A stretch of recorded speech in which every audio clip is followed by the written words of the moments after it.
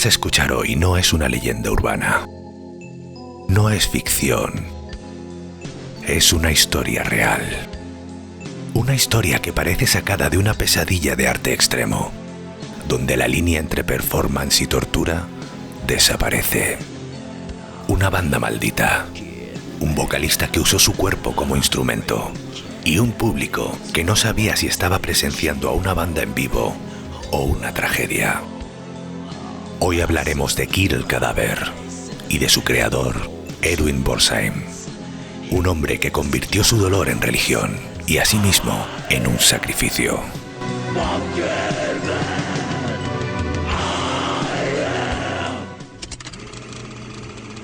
Edwin Borsheim creció lejos de los focos. Su infancia estuvo marcada por el aislamiento, la violencia y la sensación constante de no pertenecer a ninguna parte.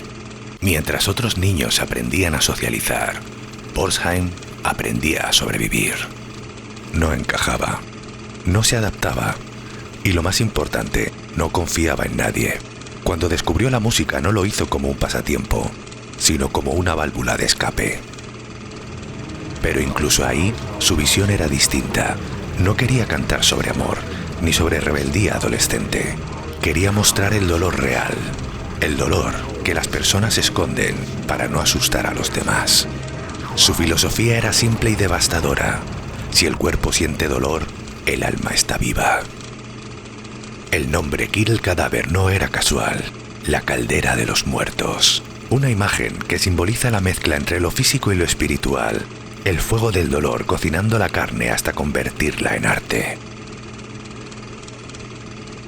Nacido en Noruega en 1977 y habiendo emigrado a Estados Unidos siendo aún muy joven, Edwin Borsheim contaba con una serie de antecedentes familiares que no le beneficiaron mucho. En realidad, él tuvo un pasado muy complicado, ya fuera por los antecedentes psiquiátricos de su madre, Layla, como por los maltratos de su padre a esta misma cuando él aún era un niño. Antes de comenzar oficialmente como músico, él era aficionado al backyard wrestling, una variante de la lucha libre que suele desarrollarse en los patios traseros de las casas, y que además cuenta con un componente bastante extremo, ya que en este tipo de lucha libre sí que se cuenta con cierto daño real, ya que, a veces salen con cortes o magulladuras después de los combates. Su carrera musical comenzó como batería de Pernicious y también como vocalista de The Exit. Finalmente crearía Kirill Cadáver, banda con la que continuó hasta el fin de sus días en 2017. Desde sus primeras presentaciones la banda fue un escándalo. No por la música, que era brutal, sucia y distorsionada, sino por lo que ocurría en el escenario. El show no era un concierto, era una experiencia ritual. Borsheim no interpretaba canciones, encarnaba la destrucción. La banda tocaba mientras él se movía como poseído, transformando el escenario en un campo de guerra. No había separación entre performer y víctima. Era una catarsis colectiva, y nadie sabía hasta dónde podía llegar. El público no aplaudía por diversión, aplaudía con miedo, con la adrenalina de saber que lo que estaban presenciando era real. Para Edward Borsheim el cuerpo era un lienzo, y el dolor, la pintura. Decía que sus presentaciones eran una crítica al conformismo moderno, que todos vivíamos anestesiados, escondiendo el sufrimiento bajo capas de maquillaje y sonrisas falsas. Él quería mostrar lo contrario, quería hacer visible el horror cotidiano que cada uno carga por dentro. El arte debe doler, si no duele, no cambia nada. Cada performance era un manifiesto contra la indiferencia, pero también, poco a poco, se convirtió en su perdición. Borsheim dejó de separar el escenario de su vida personal. Empezó a vivir dentro de su personaje, incluso fuera del show. Ya no era un actor, era un hombre que había cruzado la frontera. Lo que antes era teatro, ahora era obsesión. Y Kirill Cadáver se transformó en un símbolo de autodestrucción disfrazado de arte.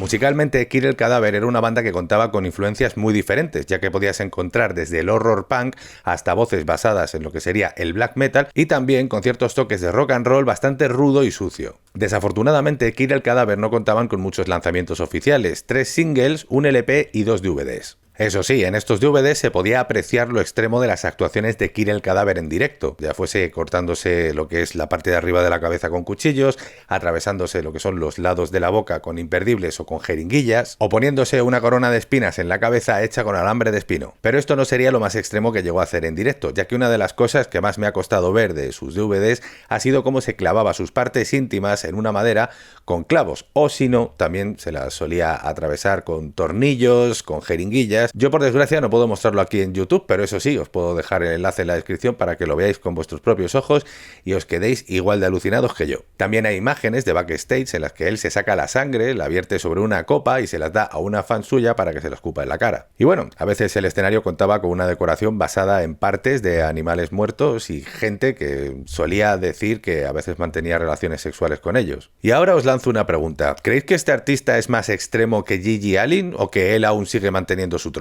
Porque sí es cierto que la sección en la que él se clava sus partes íntimas en una tabla de madera puede superar a Gigi Allen, pero por otro lado contamos con que Gigi Allen dejaba sus propios excrementos sobre el escenario y luego se pegaba con el público. También contaba con varias acciones que ya se consideraban delito, como mantener relaciones con menores de edad. No lo sé, no tengo ni idea. Si queréis podéis dejar en los comentarios cuál de los dos artistas os parece más extremo.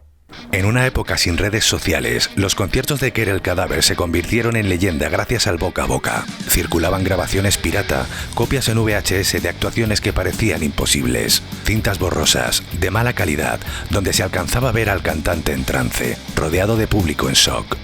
Estas grabaciones se convirtieron en material de culto. Eran buscadas, copiadas y revendidas en ferias underground como si fueran reliquias prohibidas. Y con cada nueva cinta, la historia crecía.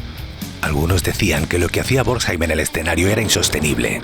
Otros que era puro performance extremo, como el arte corporal europeo de los 70. Pero había algo diferente en Kid el Cadáver. Era una liberación sin control, un grito sin retorno. El público no podía distinguir si era actuación o tragedia real, y esa ambigüedad era lo que hacía de cada show una experiencia aterradora.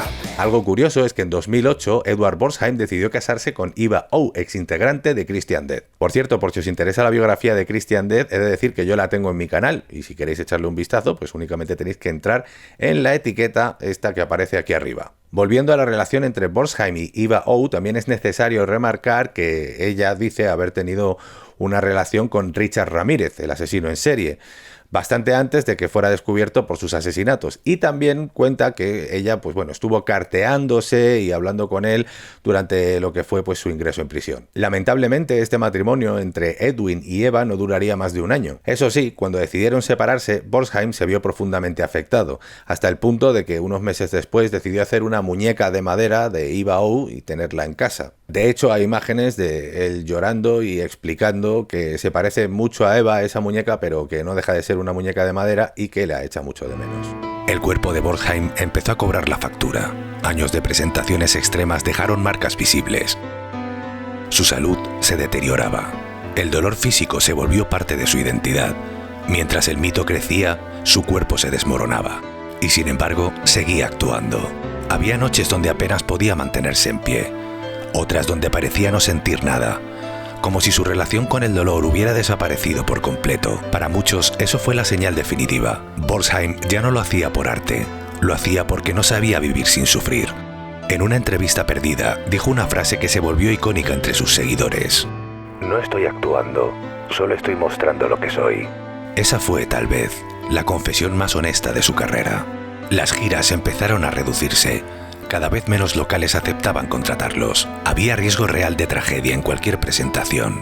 Algunos fans hablaban de censura, otros de protección. La verdad estaba en algún punto intermedio. Borsheim desapareció progresivamente del ojo público. Dejó de dar entrevistas, dejó de presentarse. Su salud física y mental estaba colapsando. En los círculos del arte extremo se rumoreaba que había sufrido un colapso durante un show. Otros decían que había decidido retirarse. No hay confirmación oficial, pero lo cierto es que después de cierto punto, Kid el Cadáver se desvaneció y Edward Borsheim se convirtió en mito. La boda de Edwin e Eva O fue grabada por la discográfica Horror Records, que es la que también lanzó prácticamente todo el material de Kid el Cadáver. Y la verdad es que fue una ceremonia muy espectacular, que contaba con escupidores de fuego, con una tarta en forma de ataúd y en la que se podía ver también pues, a los fans asistiendo a ella y bueno, pues lo que era a Edwin y a Eva pues contrayendo matrimonio. En YouTube hay un vídeo de unos 5 minutos que es un resumen acerca de lo que sería esta boda. La verdad es que es bastante curioso de ver, aunque yo, pues bueno, por si acaso, os dejo unas imágenes aquí para que os hagáis una idea. Hoy, Kirill Cadáver vive como una sombra, no en los escenarios, sino en la mente colectiva de quienes alguna vez escucharon hablar de ellos. Su influencia se nota en toda la cultura del arte corporal extremo, en el shock rock, en las performances que buscan incomodar. Pero la diferencia es que Boltheim no fingía, no usaba efectos especiales. Él ponía su vida literalmente en el escenario. Esa autenticidad, o esa locura, según a quien le preguntes, es lo que lo convirtió en leyenda. La mayoría de la gente jamás ha visto un show suyo completo. Solo fragmentos, copias, historias contadas por otros. Y sin embargo, el nombre de Kirill Cadáver sigue causando escalofríos, porque presenta algo que pocos artistas se atreven a enfrentar. La posibilidad de que el arte y la autodestrucción sean la misma cosa. En 2016, J-Love decidiría grabar un documental basado en la vida de Boltheim y en Kirill Cadáver, llamado Dead Hands Dig Deep. La grabación de este documental sería bastante complicada, ya que ponerse en contacto por aquella época con Edwin Boltheim era bastante difícil. Él no contaba con email ni con teléfono, vivía únicamente en su casa con sus perros guardianes. Eso sí, cuando por fin consiguieron su contacto, pudieron grabar lo que sería el documental, aunque es cierto que él en un principio no quería participar, pero al finalizar lo que fue el rodaje, sí que sintió como cierto aprecio por la gente que estuvo trabajando con él y llegó a considerarlos hasta amigos suyos. Tras la finalización del documental Dead Hands Dig Deep en 2016, Edwin decidió volver a desaparecer. Se recluyó en su casa durante un tiempo hasta que en 2017 decidió, por desgracia, quitarse la vida. Se desconocen por completo las causas o cómo fue más específicamente este suceso. Lo que sí se sabe es que la gente más cercana a Edwin se vieron muy afectados por esto. Edward Boltheim nunca buscó fama, buscó purificación, y la encontró de la forma más dolorosa posible. Su historia nos deja una pregunta incómoda. ¿Dónde termina el arte y comienza la locura? ¿Hasta qué punto un público tiene derecho a mirar cuando lo que ocurre frente a él no es actuación, sino sufrimiento real? Quizá esa fue la verdadera intención de Kirill Cadáver, no hacernos disfrutar, sino hacernos responsables de lo que consumimos, porque mientras haya gente dispuesta a aplaudir el dolor, el espíritu de Kirill Cadáver nunca morirá. La última pregunta va para ti. ¿Y tú? ¿Aplaudirás?